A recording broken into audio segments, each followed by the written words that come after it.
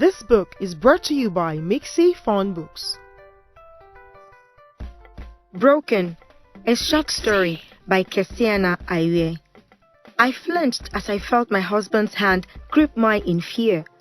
We were watching the horror movie I had picked in our state-of-the-art home theater room for our routine Friday movie night.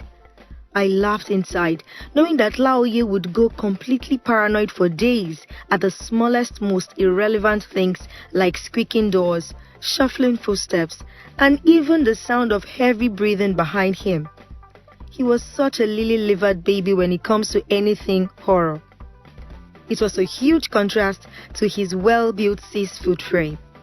For 4 years in our marriage, we kept a tradition of playing the rock, paper, scissors game as a way of deciding who would pick the movie, and for a whole month, Laoye had won consistently. Whenever I did win, like today, I would pick a fast-paced action or horror movie with the hopes of getting some bad action later on, since such movies made my heart race and aroused me. I turned to look at my husband as he bit his nail nervously as the killer in the movie creeped up behind a target. I waited just before the killer brought down his knife in a stab motion, and I screamed just in time. Boo! Laoye tossed his bag of chips in a mad dash to the door before realizing I was laughing hysterically at him.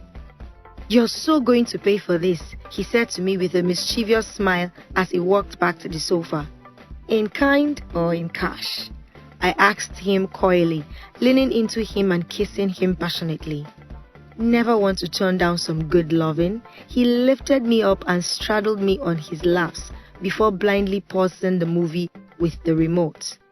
As he touched me in ways too indecent to say, I leaned backwards and looked at the TV screen. The scene he paused at was perfect for me. The splash of blood against the TV screen with the killer smiling in achievement, his knife glistening red raised mid-air, preparing to stab one more time. The lovemaking was one of its kind, unusually rough and almost bestial. It was clear we had exposed side of ourselves to each other we didn't even know we had, but not me. Laoye and I were quite the pair. We were always at opposite sides of the spectrum in basically everything. It was almost impossible for our friends to completely understand us. Heck, we barely understood each other, yet we were drawn to each other like moth to fire.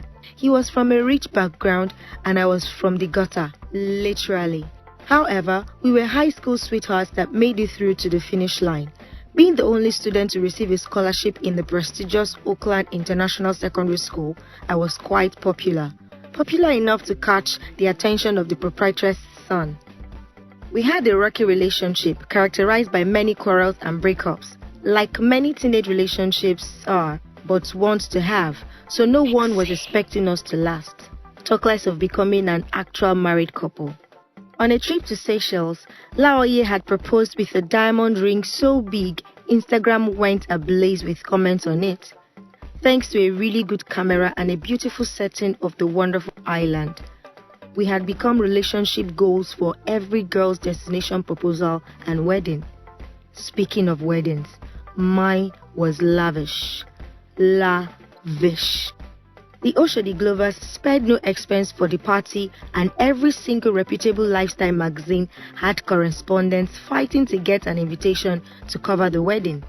Even though Laoye was amongst Forbes Africa's top 100 influential young CEOs, one could tell that his mother was the money bag at the wedding. In fact, she seemed so hands-on, people would have thought his mother was pleased with us getting married, but the opposite was the case. Mrs. Adetutu Oshodi Glover, popularly known as Iya Oak, was a difficult woman. She was in her mid-60s and very stern.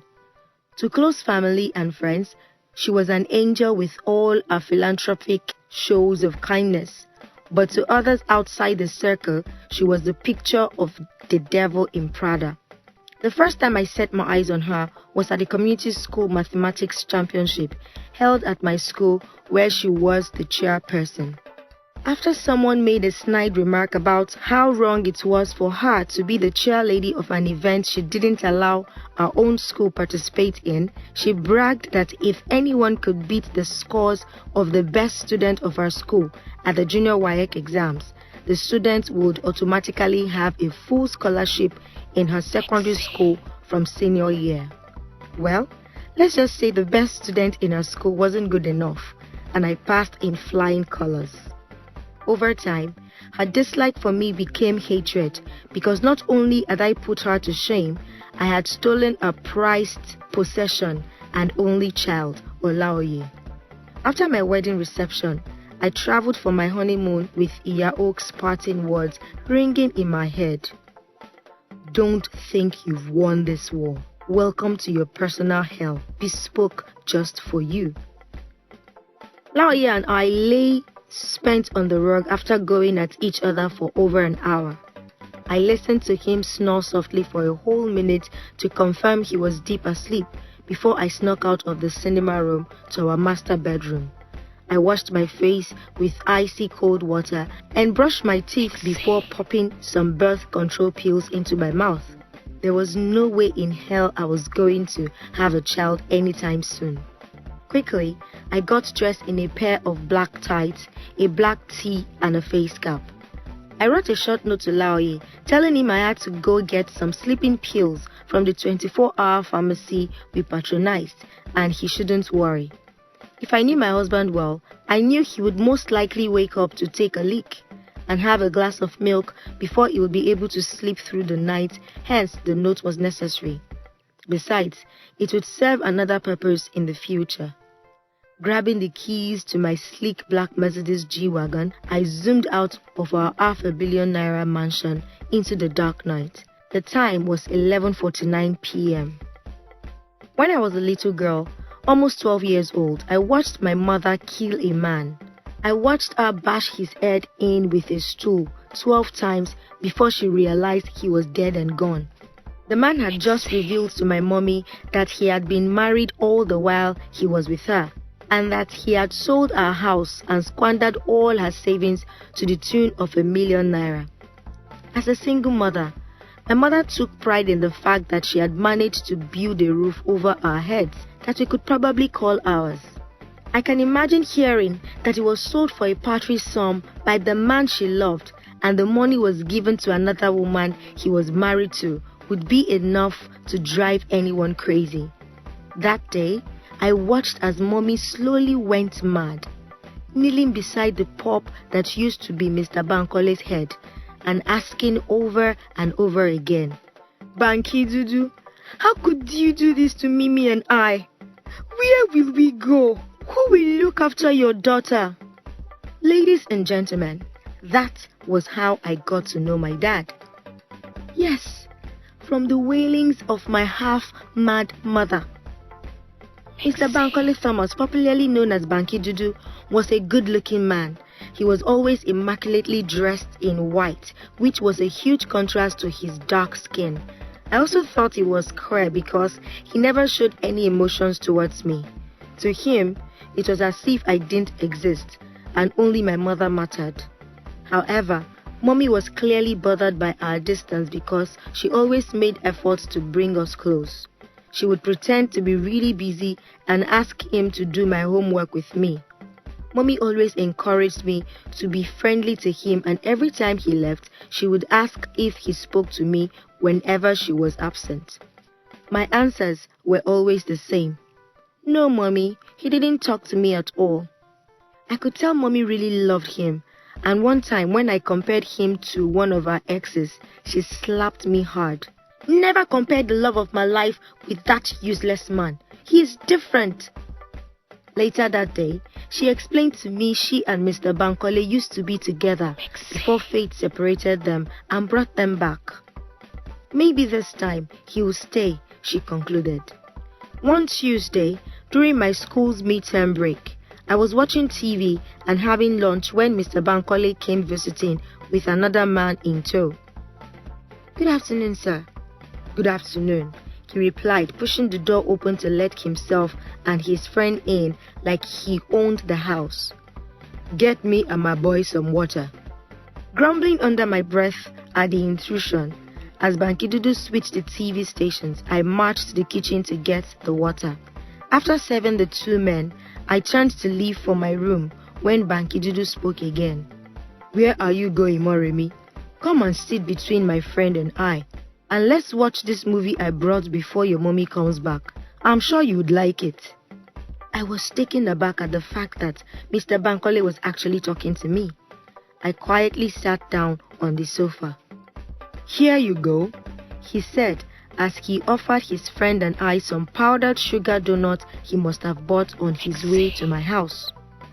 That day, I watched a dark pornographic movie for the first time in my life. The scenes were nothing like the small glimpse of love-making scene I had stumbled upon in normal movies because there was so much aggression and blood in each scene.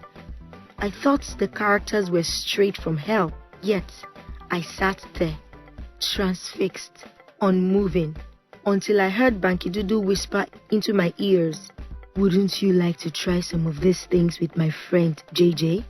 I broke out of my reverie and stared at him in astonishment. My young mind all over the place, with the arousal between my thighs, and a strange feeling of euphoria and calmness, both of them nothing I had experienced before.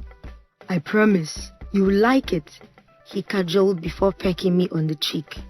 I nodded weakly before succumbing to JJ's cold hands as he took off my clothes. I shivered. Banky Dudu sat there like the famous Don Carleon, watching as JJ and I tried to copy as many moves and positions we could from the movie. Some were downright painful, and some were pleasurable. Yet, Banky Dudu sat still, moaning and climaxing along as I lost my innocence to a guy I barely knew and never saw again. I must have passed out because I woke up to find myself safely tucked in bed. Wondering how I got there, I bolted out of the bed only to double over in pain. Making an extra effort, I walked to the bathroom and stared at the mirror. My arms, back, and neck were covered with the handprints from all the chokings and slaps I received. It was then I remembered what happened. I guess the white powder on the donut wasn't sugar after all. Pablo Picasso once said, "Our goals can only be reached through a vehicle of a plan in which we must fervently believe and upon which we must vigorously act." Using these words as a daily mantra, I had come to appreciate the painstakingly art of planning, the beauty of depriving oneself just so you can feel truly content when your plans fall into place. Like now. I flashed my headlight at the figure kneeling helplessly on the center of the road. The figure was stark naked and bound in chains.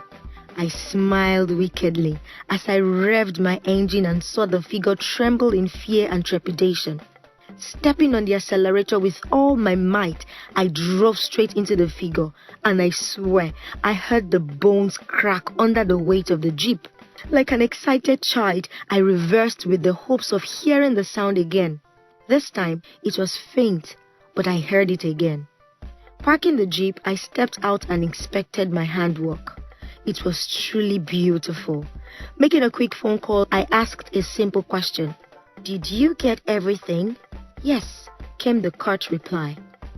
"Burn the car and cover all traces." "Yes, ma'am." It was time to go home. I took a small walk to where my G-Wagon was parked in the bushes and drove off. The time was 12:01 a.m. One day, I gave my 17-year-old self to Laoye for the first time. I was truly in love and very eager to please. I thought of ways to please his mother and make her accept me, so I figured if Laoye told me a bit about his mother, I would be on the right track. I lay silently with my head in the crook of his arm as he told me how his mom had gotten the money she used to build her school. He spoke of how his mom and stepdad were into the 419 business, defrauding people of their houses and businesses to amass wealth. In fact, the high and mighty Iya Oak was the mastermind and was very good at it.